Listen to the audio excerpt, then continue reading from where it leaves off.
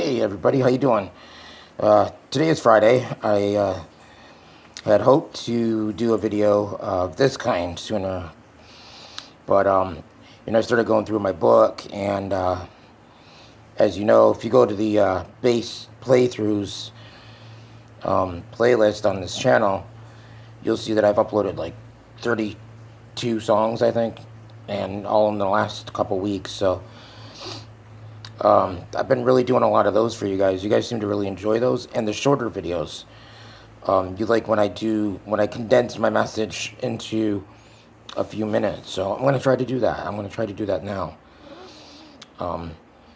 and grow this channel, because without you guys watching, this channel doesn't go anywhere. And I'm really hoping to grow this thing big.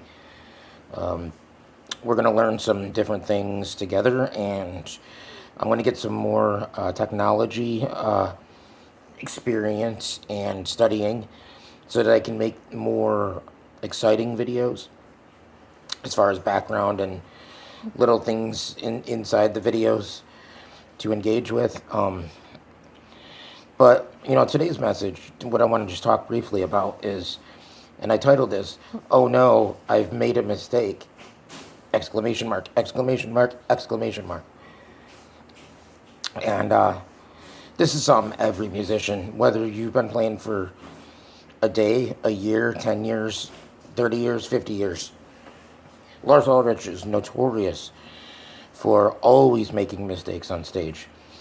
I've seen videos where James Hetfield spit at Lars, threw drumsticks at Lars. He did things to tell him, "You're messing up, dude." So, but did you ever notice, like, even just us, like regular people, you'll be walking down the street and somebody will come over and start talking to you, and you know who it is. You've seen the person a million times, but for whatever reason, the name escapes you.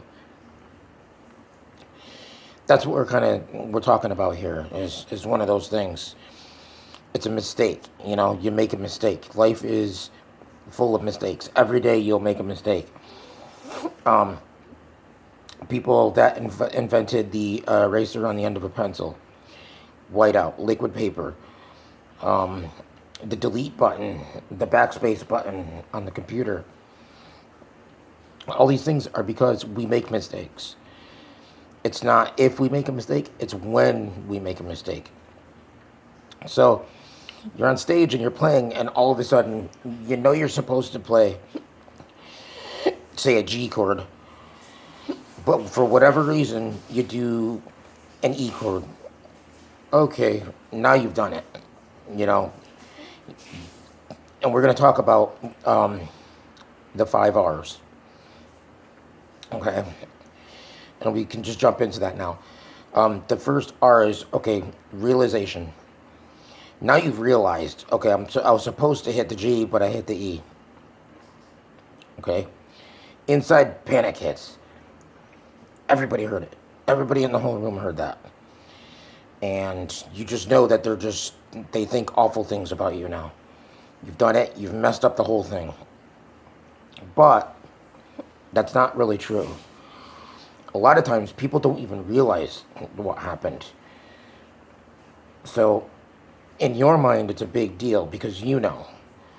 But not everybody else is thinking that. A lot of the times people are there for the same reason, which is, and I'm going to say that a couple times, to enjoy the music and have a nice night out away from reality.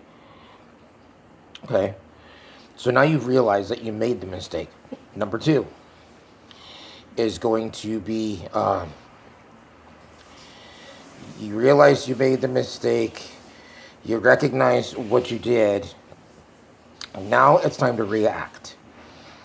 Okay, what is your reaction? Whatever you do, do not, number 1, stop playing. Number 2, do not make a facial expression, and it's hard. It's hard. But don't let on that you made a mistake. Don't bring it outward that people can tell you just made a mistake. Because if you don't do that, number 1, people may not even realize you made a mistake. Your band may not even have heard it because they're into what they're doing. Number 2, by doing that, you're prolonging that wrong chord. by making it an issue now and a realization for everybody and not just yourself. So we realized we made a mistake, now we've reacted. Okay, so then we go down to, I call number three is going to be, I initially called it remain, but I would say even kind of like come back, come back to the what's going on. Recovery, and recover your where you're at. So number three could be like recovery slash remain, and that could even bleed over into number four. But recover, okay. Nobody else. If you didn't stop playing, which you should never do, just go on, even if it's wrong. You'll get back in the groove quick enough. But recover, okay? You didn't make an issue. Now it's no longer a big deal. Now you can say, okay, now it's time to get back on. A lot of the times when we make a mistake, it's because we lost our place. There's times when I'm like doing the bass videos, and I know these songs backwards and forwards. I wouldn't make a video if I didn't, because I don't want to look like a fool. I haven't been playing bass that long. I'm not a professional. I'm good. I've learned a lot, and I'm still learning, and I hope I keep learning. But I have an amp about 4 feet behind me on the floor that the music is being played through.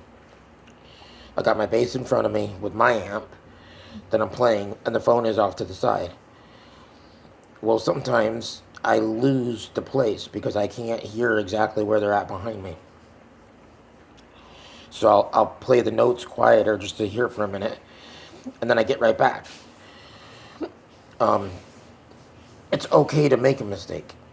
And it's okay to lose your place. You can practice a piece of music 1,000 times. You're still going to make a mistake at some point. So you recover. You get back to where you got to go. And that can bleed into number four, which would be to remain and regroup and just press on. Now you're going to play the rest of the show and have a great time. You got your footing back. You stumbled a little, now you're back. You're upright and you're moving forward. So number four, remain, could bleed into that. And regroup, play to the end of the show. You get done, and number five would be later on. This is after you're home and you're thinking back. Reflect on what happened. Where do you think the mistake happened? And it's not a time to beat yourself up over it. It's a time just to say, is this something that could be avoided in the future? Or is this just one of those things where I lost my place, I got off track, and then I got back? If it's not being prepared enough, prepare more. If it's something within your control, definitely try to fix it and work on that to avoid it in the future. But a lot of times, it's just, we get caught up in the moment, we lose our place, and it's time to come back. I know there's times I'll hit a double on a snare or a bass drum, where I should have hit a single, and that'll put me a beat behind for the next part, so I have to kind of catch up with that. And one last thing that I'm going to leave you with is this. And part of the reflection, do not, when you talk to people after the show that came to see the show, don't point out what you did wrong or what your band did wrong. Focus on what a great time it was, a great experience to play there. Thank you for coming. Thank you for your support. I hope you keep coming to see us. I hope you really liked what you heard and enjoyed yourself. Because you don't want to put your band down or yourself. They just came out to hear some good music. They're not looking for perfection. They're just looking to hear the songs that they like. And they came to see you because obviously they have heard of you for however they did, and they wanted to see you play. So it's good. But don't ever bring that out. Maybe to your band in a band meeting at home, in the practice room or whatever, but yeah, don't point out your mistakes in public in front of fans and whatever at a gig, after a gig. Stay positive. And so that's that. That's the 5 R's. Realize you made a mistake, and react, but react right, Get yourself back on track. Refocus. Um,